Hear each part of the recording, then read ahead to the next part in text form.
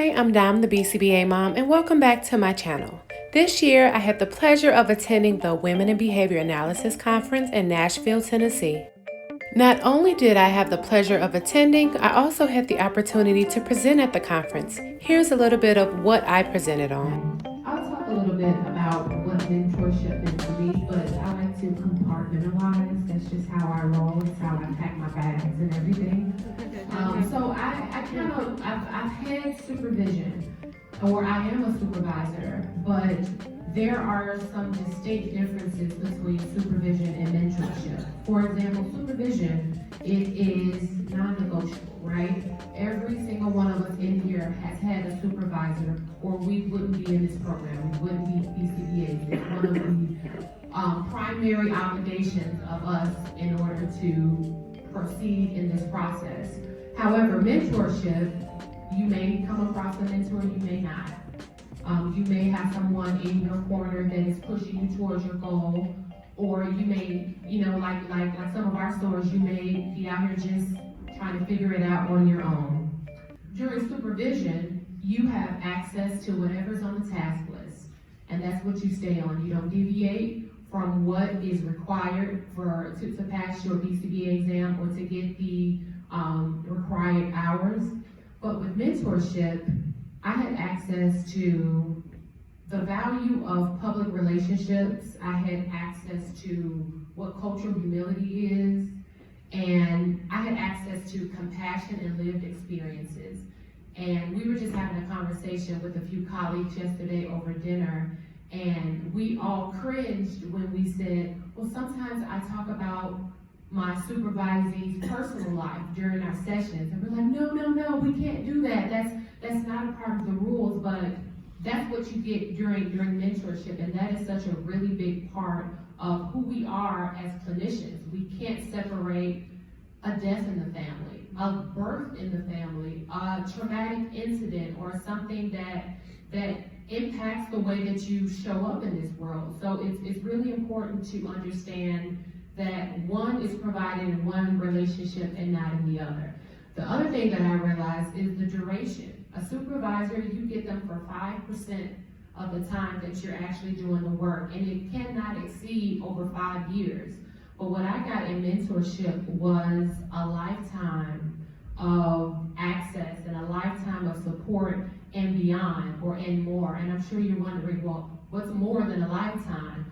What I'm saying is, things that Dr. Nasia has taught me is we're now leaving a legacy. So everything that she taught me, even when she's no longer here, I'm now teaching to my students. I am citing her articles and I'm giving those to my students. And now my students who want to be teachers, they're going to also share those articles with their students. So even when we're no longer around, that mentorship is a long-lasting impact that is just going to keep living on and on.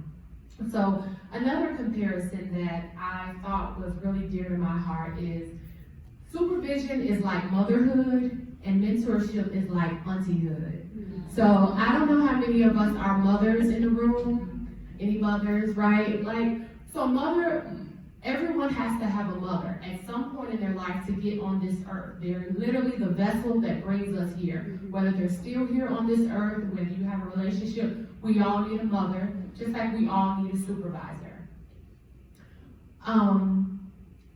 As a mother, it's okay, right? Like, it's all right. Like if you like being rigid and strict, go to bed on time, no ice cream for breakfast, it's like, you got to do what you got to do, because the vision is that you want to raise a child that is successful, that is safe, that is loved, that is cared about, and that doesn't embarrass you when you go out in public, right? But I don't know how many of us are aunties in the room, or how many of us have those cool aunties where they're like, yes, girl, you can wear that, you can do that, you can have a little bit of ice cream, I'm not going to tell your mother. It's a different type of relationship. There are times where that I still suffer with insecurities of my appearance or my intellect, or just things that I feel like I don't want to tell my mom about. She's going to be so disappointed. But having an auntie, someone who is not as emotionally attached to your success or to your perfection, but just want you to be happy, and want you to have a good life and a fun life and want you to enjoy.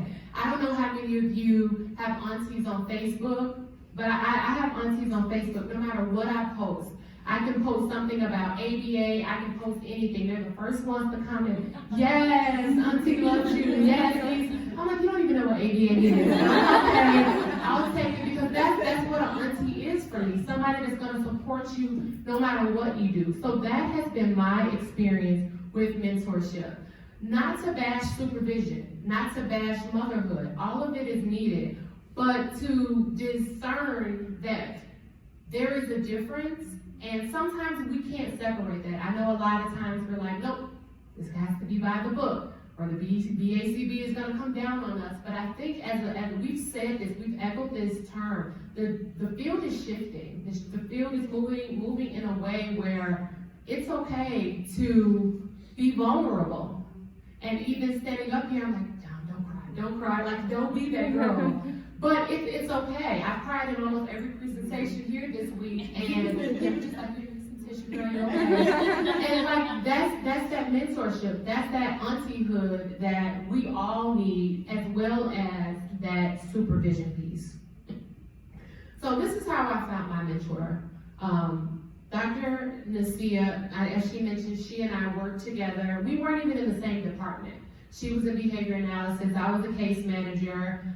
She didn't know how to use the computer because it was very difficult. It was a computer system that was like encrypted. And I was like, well, have a seat and let's do this. And then from then on, she was like, you should be a behavior analyst. You should be a BCBA. You should get your own business. And I'm like, do we see the same person? Because I'm just a case manager. I'm just, so it needs to be that person that sees more in you than you see in yourself. And it's interesting because I know we always hear the term, it has to be a bi-directional relationship, which is so important. But some of us look for mentors. We see superiors in the field. We see someone who's had 10, 20 years of experience, and we're like, yes, that's inspo, that's hashtag goals. I want that to be my mentor. Instead, we should be looking for someone who's aligned with our hashtag values, no matter who they are, no matter what position they hold.